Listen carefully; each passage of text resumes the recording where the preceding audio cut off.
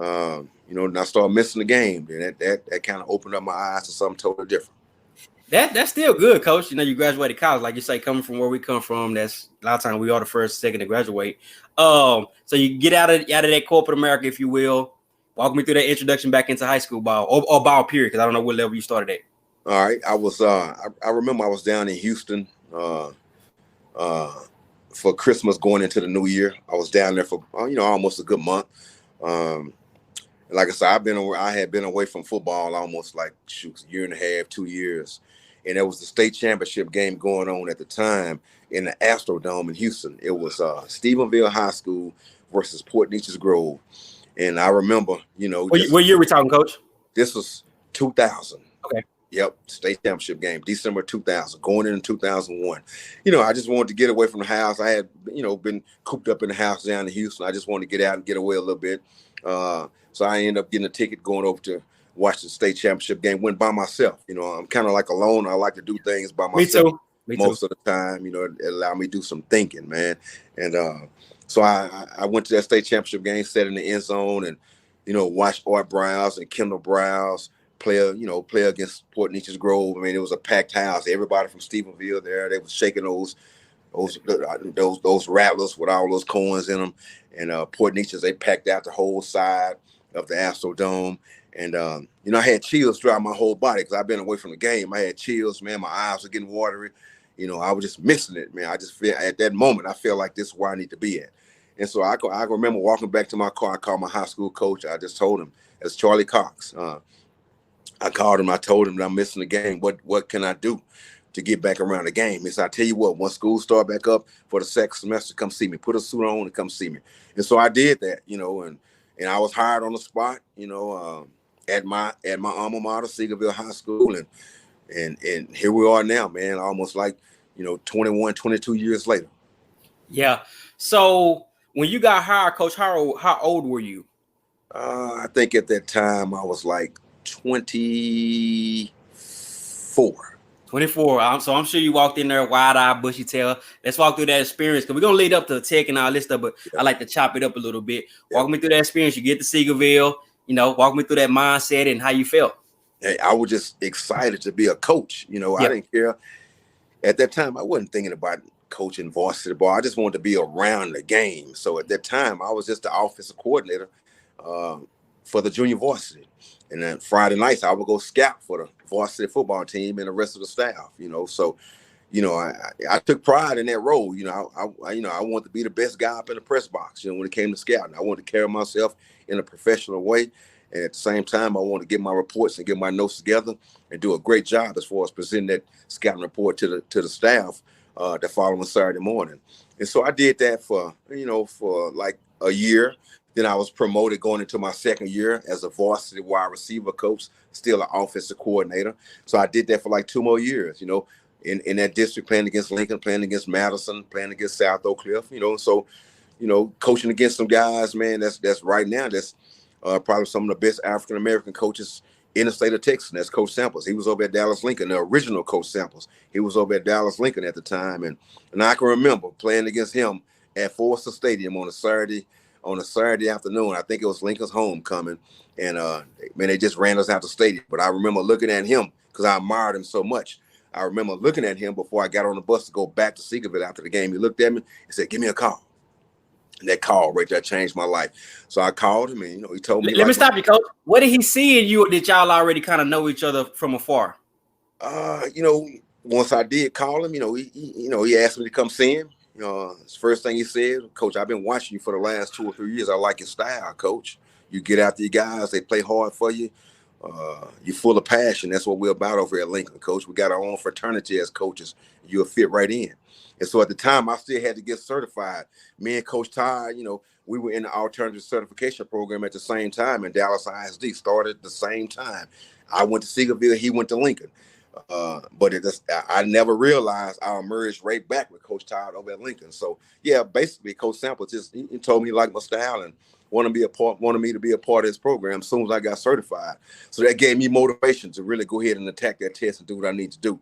And so I ended up passing that test and going over to coach with him in that magical 2004 season at Lincoln. Man, that's a lot of nuggets there, coach. I think if you're a young coach now, coach just said it. Attack what you do, whether it's JV, whether it's scouting role, carry yourself, like you're ready for the position. And he'll mind you from afar, coach. That just gives you credit that you was prepared Yes, sir. beforehand. I remember, coach, as a man, I was probably about 14, coach, watching Yep. that Lincoln team, 13, 14 years old. Yeah. And you guys gave a lot of hope to Dallas. This is before SOC was. You guys Yeah. were really coming out.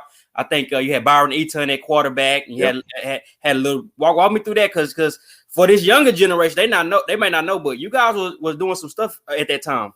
Yeah, we were loaded, man. People don't understand, man. Just trying to keep a team together, keep a group of neighborhood boys together for 15 to 16 weeks in the inner city, where there's, man, all types of battles those guys go through on a night in, night out basis, man. And we just trying to keep those guys motivated to come to school and at the same time perform on the football field. So people really don't understand what goes into all of that when trying to keep that mind right with that program.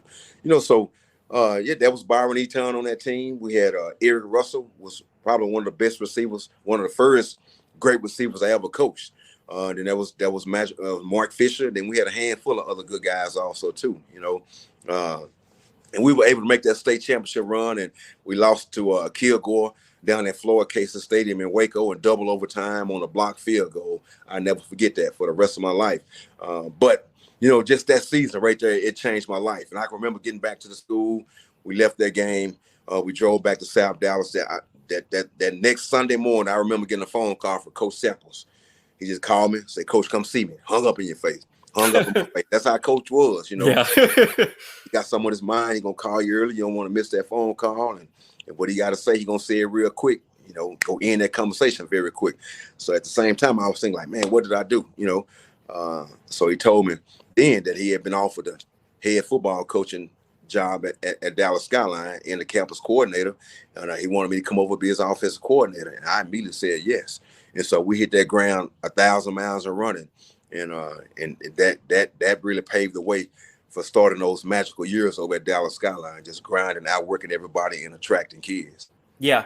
Coach, what at Lincoln, or just in general, but at Lincoln, what was your coaching style? Like what type of coach was you? I know when I was at Skyline, I wasn't a star enough. I just remember you from on campus and playing JV, but you were kind of like the cool guy to me. I'm like, man, that's a cool kind of coach. What type of style did you have as a coach back then? Or what was your style? It's still it's similar to this day. I like to establish deep relationship with players, students, players, people, period. I like to establish deep relationships. I like to win over trust. I like for those guys to trust me, and I want to trust those guys also too. So once we establish those lines and cross those barriers, and then there comes the constructive criticism after that. And there's nothing personal because we already established true, deep, authentic type relationships. So I'm a coach still to this day of 1,000 personalities. So I label myself. I don't always want to be a knucklehead style coach 24/7. So sometimes I'm a players coach. I can be like a brother. I can be a dad. I can be a teacher. I can be a homeboy. I can be a cousin. So I can be an advocate for them. I can be their lawyer. So it's multiple ways I try to reach those guys. I try to balance that line. As far as when I need to turn the switch up, as far as getting results, and when I need to kind of mild the switch off, as far as approach them a certain way, is trying to keep those guys motivated to try to achieve and succeed each day. Looking back, coach, and thinking now, you're really a legend, coach. And I'm just thinking where you are now and then where you are before you are now. You're really a legend to go for the high school ranks to where you are now. But I don't want to just jump to that right now. I still want to take it like this. So you get the Skyline, coach. What was the difference between Skyline and Lincoln, or was it one? I mean, did Coach Samples just leave there because of maybe more opportunity, or was it because of that coordinator? I mean, athletic, was it coordinator, right? As well as a head coach? Yeah. What made them leave? What made y'all leave Lincoln and go to Skyline? At that time, Skyline was the pride of Dallas ISD because you was getting a mixture of all kids. You were getting the neighborhood kids, and you was getting those prestigious academic kids also too that came from solid families and and kids that pretty much had a plan for which way they want to go after